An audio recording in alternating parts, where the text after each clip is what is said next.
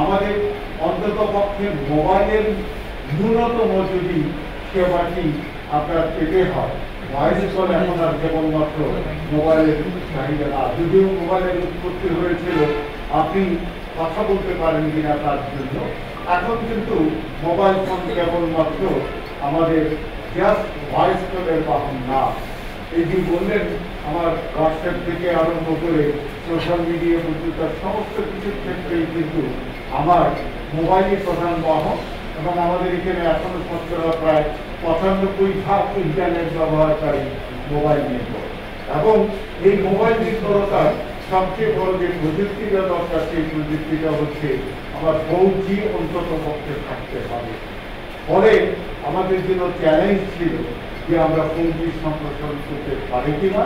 আমি আপনাদেরকে অত্যন্ত আনন্দের সাথে জানাতে পারি যে আগামীর মধ্যেও 2020 সালে আমরা অন্তত প্রায় সবগুলো অপারেটরের যে টাওয়ারগুলো ছিল সেগুলোতে আমরা 4G সম্প্রসারণ করতে পেরেছি। কিন্তু এখনো পর্যন্ত যান্ত্রিক কিছু অসুবিধা রয়ে গেছে, যেই কারণে আপনাদের এখনো পর্যন্ত কল দেওয়া অথবা এই ধরনের অথবা নেটওয়ার্ক পাওয়া যায় না কিংবা স্পিড পাওয়া যায় না, এই সমস্যাগুলো মোকাবেলা করতে হয়। আমরা আসলে যদি একটু ভালো সময় পাই তাহলে এই যান্ত্রিক অসুবিধাগুলো দূর করতে পারবো, এবং বাংলাদেশের যে দৃষ্টান্ত সেই দৃষ্টান্ত আসলে অন্যদের অনুসরণ করার মতো হবে। একই সাথে যে বিষয়টি আমি গুরুত্ব দিয়ে দেখি সেটি হচ্ছে আমরা এতদিন পর্যন্ত প্রযুক্তিতে কেবল কিছুই দেখেছি, সবাই শেষ করে দেবে তারপরে আমরা ওই প্রযুক্তির দিকে প্রবেশ করি। সেই জায়গাটা থেকে আমরা একটা বড় ধরনের জাম্প করতে চাই। সেই জাম্পটা হচ্ছে পৃথিবীতে এখন মোবাইল ফোনের পঞ্চম প্রযুক্তি এসেছে, পঞ্চম পর্যায়ের প্রযুক্তি, এবং এটাকে আমরা 5G বলি। আপনারা শুনলে খুশি হবেন, আমি 18 সালের ফেব্রুয়ারিতে 5G বার্সেলোনায় লিখে আসি এবং জুলাই মাসে এসে 5G পরীক্ষামূলকভাবে এখানে চালিয়ে দেখি যে চমৎকারভাবে আমরা 5G চালাতে পারি। আপনারা জেনে খুশি হবেন 2021 সালের মধ্যে এই যে আমাদের স্বাধীনতার সুবর্ণ জয়ন্তী এবং আমাদের 25 শতবর্ষ, তার মধ্যে আমরা 5G পরীক্ষামূলকভাবে চালু করব, এবং সেই কারণে যে প্রস্তুতি নেওয়া দরকার সেটি সম্পন্ন হয়েছে। আমাদের টেলিকম ইতিমধ্যেই কমপক্ষে 5টি স্থান, এটা হয়তো 8টা বা 10টাও হতে পারে, পরীক্ষামূলকভাবে 2021 সালেই চালু করবে। 2022 সালে আমরা এর সম্প্রসারণ করব। 22 সালের প্রথম কোয়ার্টারে আমরা একটা স্পেকট্রাম অপশন করব, এবং আমরা আশা করব যে আমাদের সকল অপারেটররা এই 2022 সাল থেকে এই 5G প্রযুক্তি বিকাশ করাতে থাকবে। প্রাসঙ্গিকভাবে আমি বলে রাখি, 5G কেবলমাত্র একটা সাধারণ প্রযুক্তি না। আমি যে কথা বলছিলাম চতুর্থ শিল্প বিপ্লব এবং তার সাথে যে প্রযুক্তিগুলো আছে, এই প্রযুক্তিগুলির মহাসড়ক কিন্তু হচ্ছে 5G।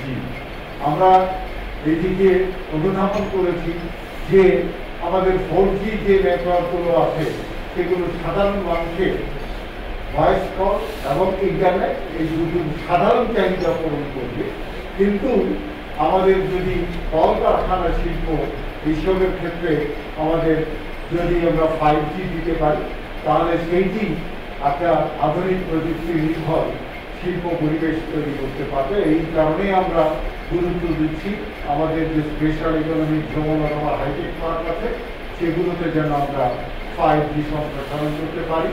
আমাদের বিডিসিএল থেকে ইতিমধ্যেই 5টি স্পেশাল ইকোনমিক জোনে নেটওয়ার্ক তৈরি করা হচ্ছে।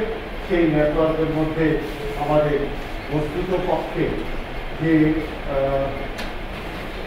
নেটওয়ার্ক দেওয়া হবে সেই নেটওয়ার্কটাও 5G নির্ভর পর্যন্ত হতে পারবে। অর্থাৎ কেউ যদি কোনো কারখানা করে এবং বলে আমাকে 5G কানেকশন দাও, আমি তাকে 5G কানেকশন দিতে পারবো। তো আমার সামগ্রিকভাবে যে কথাটি আমি শুরু থেকে বলে আসছি সেই কথাটি আমি বলে আমি আমার বক্তব্য শেষ করতে যাব। সেটি হচ্ছে যে আমাদের দায়িত্ব ডিজিটাল বাংলাদেশের মহাসড়ক নির্মাণে।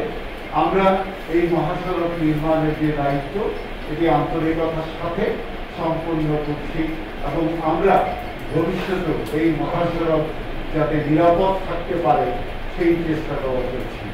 আপনারা জানেন যে এর মধ্যে আলোচনা এসছে যে আমরা ডিজিটাল নিরাপত্তার জন্য সংকটাপন্ন অবস্থার মধ্যে আছি এবং বিশেষ করে সোশ্যাল মিডিয়াকে চিহ্নিত করা হয়েছে যে আমাদের ডিজিটাল নিরাপত্তার ক্ষেত্রে কী ধরনের সংকটগুলো তৈরি করে। আমরা আসলে অনেক আগে থেকে, আমাকে যদি বলে, আমি 15 সাল থেকে লড়াই করছিলাম যে আমরা ডিজিটাল হচ্ছি, একই সাথে আমার ডিজিটাল নিরাপত্তা নিশ্চিত করার বিষয় আছে। আমি যত বেশি ডিজিটাল হব তত বেশি আমার ডিজিটাল নিরাপত্তার দিকটা থাকবে। আপনারা কেবলমাত্র এই যে সামাজিক যোগাযোগ মাধ্যম নির্ভর কিছু গুজব রাখানো অথবা সাম্প্রদায়িক সন্ত্রাস বা অন্যান্য কিছু করার কথা বলছেন, এটি একটি দিক মাত্র।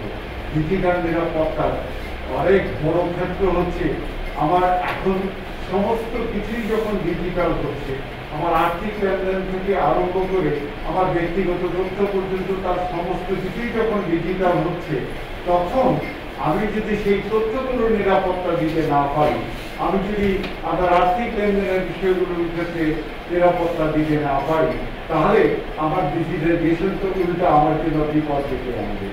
সেই কারণেই কিন্তু সবচেয়ে গুরুত্বপূর্ণ বিষয় হিসেবে আমি দেখছি এখন ডিজিটাল নিরাপত্তার বিষয়। ডিজিটাল নিরাপত্তার ক্ষেত্রে আমাদের 18 সালের আইন, যদি আমরা ডিজিটাল নিরাপত্তা আইন হিসেবে সংসদে পাস করেছি, সেই আইনের আওতায় যে ব্যবস্থাগুলো নেওয়ার উপায় হয়েছে সেগুলোর ক্ষেত্রে হ্যাঁ আমি লক্ষ্য করেছি যে কোনো কোনো ক্ষেত্রে ডিজিটাল নিরাপত্তা আইনের অপব্যবহারও হয় এবং এই অপব্যবহারগুলো অনাকাঙ্ক্ষিত। এটি অবশ্য কেবলমাত্র নিরাপত্তা আইনের কথাই কেন বলবো, যেমন ধরে নারী ও শিশু নির্যাতন আইন, তারও কিন্তু অপব্যবহার হয়েছে এবং সেগুলো আমার মনে হয় যে বিশেষ করে আমাদের আইন শৃঙ্খলা রক্ষাকারী বাহিনী যদি নজর দেয় তাহলে কিন্তু এই অপব্যবহারগুলো রোধ করা সম্ভব হতে পারে। এবং আমি নিশ্চিতভাবে বিশ্বাস করি কোনোভাবেই এই ডিজিটাল নিরাপত্তা আইনের অপব্যবহার হওয়া উচিত না। ডিজিটাল নিরাপত্তা আইন নিরাপত্তা দেওয়ার জন্য, নিরাপত্তা হরণ করার জন্য না, কোনো বাক স্বাধীনতা অথবা মিডিয়ার স্বাধীনতা হরণ করার জন্য ডিজিটাল নিরাপত্তা আইন নয়। সুতরাং একে অপব্যবহার করা থেকে নিঃসন্দেহে বিরত রাখতে হবে, কারণ আমি এই আইনের ব্যবহারটা যেরকম করব তেমনি করে তার অপব্যবহারটা রোধ করাটা এটিও আমার দায়িত্বের মধ্যে পড়ে। বলেছেন আপনারা, সেটি হচ্ছে সোশ্যাল মিডিয়া, তার মধ্যে ফেসবুক, ইউটিউব প্রধান। দুর্ভাগ্যজনকভাবে এই সংকট কেবল বাংলাদেশের না, সারা বিশ্বে। কারণ দুটি কোম্পানি আমেরিকা এবং আমেরিকান কোম্পানিগুলো তাদের মতো করে ব্যবসা বাণিজ্য করে এবং সমস্ত নিয়ন্ত্রণের ক্ষেত্রে তারা সবচেয়ে আগে যে দৃষ্টান্ত দেয় যে কমিউনিটি স্ট্যান্ডার্ড ফলো করা হলো কিনা। এই কমিউনিটি স্ট্যান্ডার্ড মানে কি? মানে হচ্ছে আমেরিকার সমাজ ব্যবস্থা এবং রাষ্ট্র ব্যবস্থার সাথে সংযোগে রেখে তারা কিছু নির্দেশ তৈরি করে রাখে। যদি সেই নির্দেশের লঙ্ঘন কোথাও হয় তখন তারা অ্যাক্ট করে, কিন্তু তারা হয়তো এইটি উপলব্ধি করে না যে বাংলাদেশে জঙ্গিবাদ, সন্ত্রাস, সাম্প্রদায়িকতা, এগুলোর যে সংকট, সেই সংকটগুলো আমাদেরকে যে মোকাবেলা করতে হয়, এই যে সাম্প্রদায়িক দাঙ্গাগুলো তৈরি হয় সেগুলোর ক্ষেত্রে যে ভূমিকা পালন করা দরকার, তারা কিন্তু প্রথম থেকে এই বিষয়গুলোকে আসলে বুঝতেই পারেনি।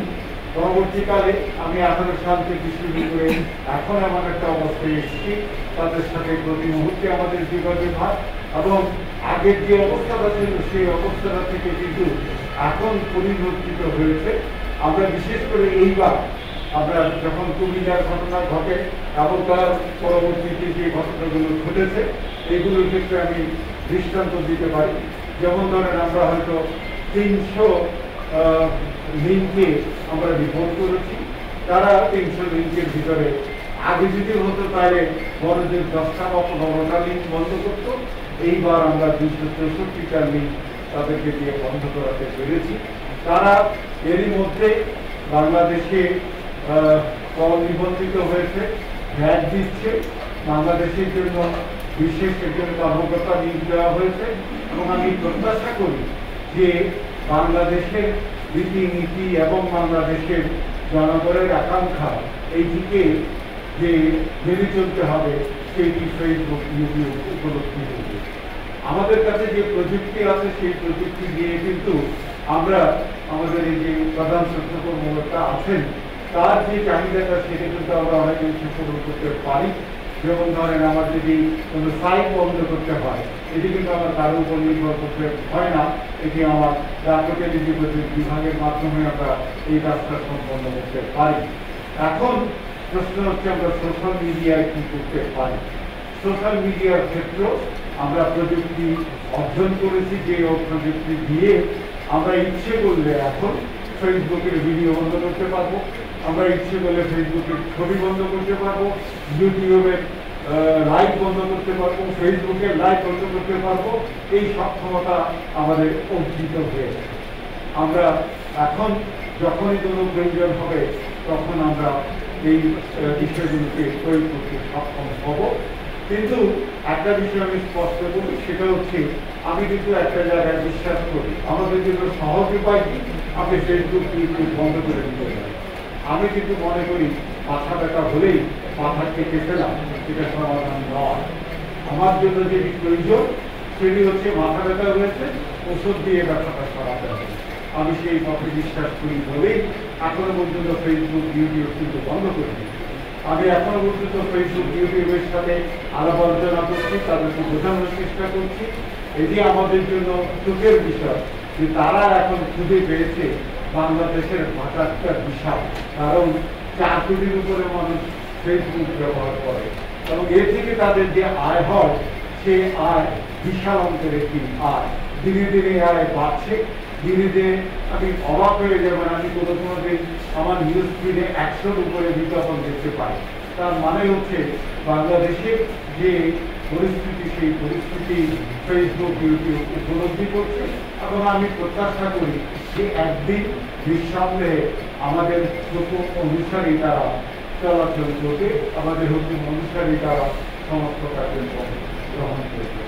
ব্যাপারটা আপনাদের দিই প্রথমত হচ্ছে আমরা যে অবস্থার ভিতরে যেখানে আছি সেইখানে আমি পুরো পরিস্থিতি আপনাদেরকে ব্যাখ্যা করে বলেছি যে ফেসবুক ইউটিউব যদি আমেরিকান প্রতিষ্ঠান এবং আমেরিকান প্রতিষ্ঠান কমিউনিটি স্ট্যান্ডার্ডের নামে আমেরিকান স্ট্যান্ডার্ডকে ফলো করে বাংলাদেশের পক্ষ থেকে তাদেরকে বাংলাদেশের বিষয়গুলো অনুধাবন করার জন্য যতটা চাপ সৃষ্টি করা দরকার সেই পরিমাণ চাপ তাদের উপরে অব্যাহতভাবে দেওয়া হচ্ছে। আমি আগামী সাল থেকে বলতে পারবো যে তার প্রেক্ষিতে কিন্তু আজকে বাংলাদেশে ওরা দেয়। এবং এই যে আপনি বলছেন যে ওই সোশ্যাল মিডিয়ার জন্য এই সাম্প্রদায়িক দাঙ্গা তৈরি হয়েছে, আমি তার সাথে একটু দ্বিমত করি। তার কারণ হচ্ছে বাংলাদেশে এই দাঙ্গা তৈরি করার জন্য আপনি 71-এর দিকে ফিরে যান, সেখান থেকে আরম্ভ করে তখন তো আর সোশ্যাল মিডিয়া ছিল না, বা তার পরবর্তীকালে সোশ্যাল মিডিয়া বা কিছুদিনের মধ্যে সমাজে যদি অপরাধ থাকে সেই অপরাধ তো কোনো না কোনোভাবে প্রকাশিত হবেই। ফলে আপনি দাঙ্গার এই বিষয়গুলো ফেসবুকে গুজব এবং অন্যান্য ক্ষেত্রে এগুলো কিন্তু সাইডে চালে দেওয়া থেকে দেখা দেওয়া থেকে যে এইসব বিষয়ের গুজব লাগানোর জন্য প্রচেষ্টা ছিল, কিন্তু আমার কাছে মনে হয়েছে যে জনগণের সচেতনতা যে লেভেলটা এক সময়ে ছিল, আমি মনে করি এর মধ্যে অনেক পরিবর্তন হয়েছে এবং পরিবর্তন হওয়ার পরে আমার ধারণা ইসলামের গুজব ঘটানো কঠিন হয়ে যাবে। আমি সেই বিশ্বাস পেয়ে থাকি, কারণ আমি মনে করি জনগণের শক্তি সবচেয়ে বড় শক্তি এবং জনগণের সচেতনতার মাধ্যমে আসলে এটাকে করতে হবে। কারণ আমি আপনাদের একদম স্পষ্ট দিই, যেমন ধরেন আমি আজকে ফেসবুক বন্ধ করে দিলাম, কিন্তু আপনি এই ফেসবুকে ভিপিএন দিয়ে প্রবেশ করতে পারবেন। আমি ভিপিএন বন্ধ করতে পারবো না, কারণ তাহলে আমার ব্যাংক সিস্টেমের মধ্যে পাওয়া করে বসে থাকবে। তাহলে আমাকে বুঝতে হবে যে গ্যাস অ্যাওয়ারনেসটা খুব জরুরি এবং জনগণের সচেতনতা এটার উপর আমরা কিন্তু গুরুত্ব দিই। আমরা বিশেষ করে এই জায়গাটাতে গুরুত্ব দিচ্ছি।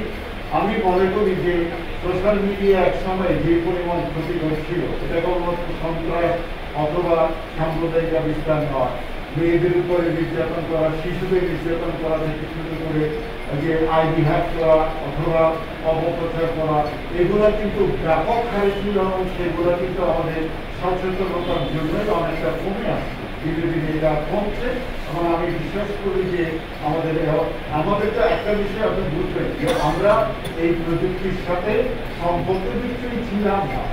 সেখান থেকে আমার কাছে যখন এই বিপুল প্রযুক্তি এসে হাজির হয়েছে, তার অপব্যবহার তো প্রাথমিকভাবে একটা ব্যাপকভাবে হতেই থাকবে এবং আমি বিশ্বাস করি যে আমরা ধীরে ধীরে এটাকে নিয়ন্ত্রণের আওতায় আনতে পারবো। আপনারা যেটা বলেছেন ওই তথ্য মন্ত্রণালয়ের চিঠি দেওয়া, আমার সাথে মাননীয় মন্ত্রী মহোদয়ের কথা রয়েছে, আমরা ফেসবুকে করা ভাষাতে এই বিষয়টা অবহিত করেছি এবং আমরা তাদেরকে এইটুকু বলেছি যে তোমরা আমাদেরকে বাধ্য করবা না যে যাতে তোমাদের মাথা গেলে তো আমার ধারণা যেগুলো ফল দেওয়া শুরু করছে এমন হয়।